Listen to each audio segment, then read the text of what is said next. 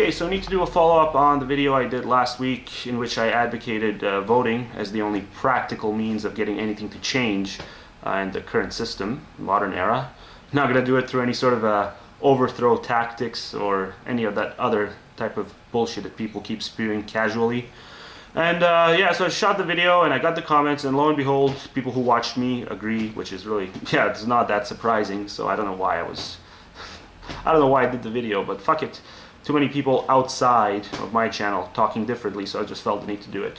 But the interesting thing was I went into comment sections and I had a conversation with a couple of people, and they didn't know what instant runoff voting was once I brought it up. So I figured, you know, it might be worth it doing a full video on this, because I've never actually done a full video on it. I've only mentioned it sort of in passing, very briefly, and even then it was ages ago. I mean, I haven't even mentioned it in the last 6 months or so. So it doesn't hurt to do it now that I got more subs, right? So I can really get an idea of what people think about it. So what it is, basically, I'll just run through a simple example of what it is. Before I do, though, yeah, basically any election in which more than 2 candidates participate, you're going to have this thing called a spoiler effect, obviously. That much people know. So if you look at the US, which we often do in my videos, I don't know why. I don't think I have mostly US watchers or viewers, but I still like to talk about US stuff. It's what we find interesting, I guess. So if we look at the US, more than a third of their presidential elections resulted in the winner not getting a majority vote. And obviously this happens more during the local and primary races. And the most recent example, the best example I can think of, is the Gore-Bush race during 2000. So they were neck and neck, and then you had Nader come along with 3 million of his own voters, and yeah, he wouldn't bow out even though he knew that he wasn't going to win it. So he was being a bit of a stubborn jackass. And his voters said, you know what, fuck that, I'm not going to be coerced into voting for somebody who I don't fully agree with. I'm going to vote for the candidate that I feel best represents me. And that should ideally be what democracy is all about. But unfortunately, by Nader not bowing out and with his 3 million voting for him, what happened was, obviously, if they had not voted for him, they would have voted for Gore. But they didn't. They voted for Nader, and what happened was those 3 million was what it took for it to make all the difference. And Bush won the election as a result. Whereas we know that if Gore had had those 3 million, yeah, he would have won. No fucking doubt about it. So what happens is, with instant runoff voting, for instance, there would be no pressure on the average practical voter. He would not feel pressure to vote, to have this lesser of two evil thing impact the way they vote, because they would have 2 backup options if their number 1 option is not really feasible. So someone like me, for instance, who does agree with Nader on most issues, I would feel perfectly comfortable still voting for Nader, still voting my ideology to the T, the candidate that closely represents me and what I find logical and rational in terms of the policies that need to be pushed in that country.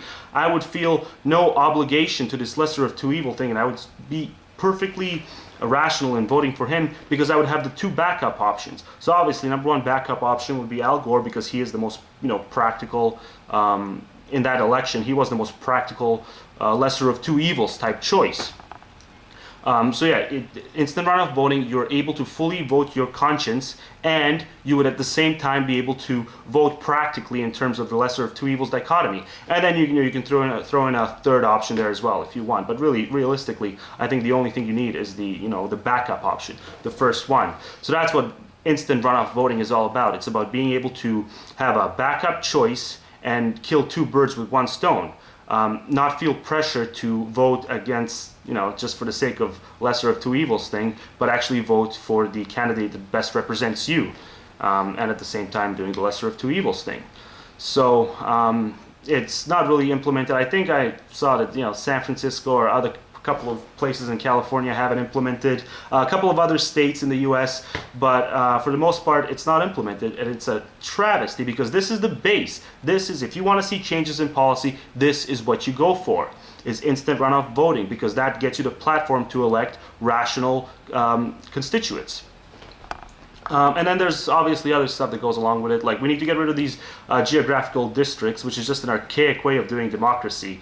All they pretty much do is just cancel out votes and restrict our options as far as the constituents we can vote for are concerned. And there were a couple of other things I wanted to hint at.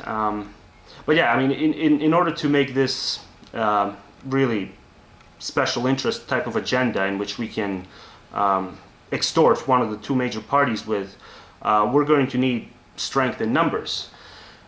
Because we're going to need a substantial majority of people, like maybe a couple of hundred thousands of people. We need to demonstrate that we have them on our side in order to make this something that they're going to need to etch in stone as far as one of their special interest agendas that we can coerce them with.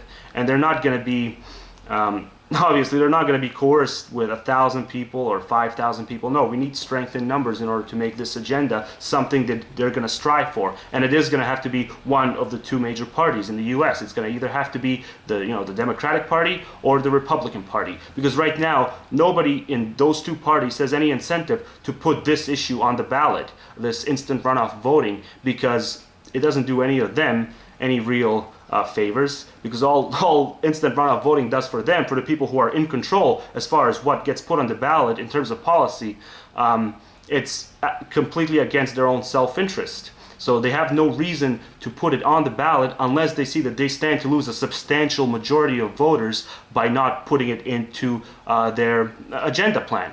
And so far, I don't see anyone going up to them and saying, well, we got this majority or we got that majority. So far, it's absolutely nothing. And that's what I'm saying. So if you agree with this sort of mission, leave a comment and let's see how many people we can extort them with. Obviously, this is just one video, but I'm just saying, I hope more people do videos.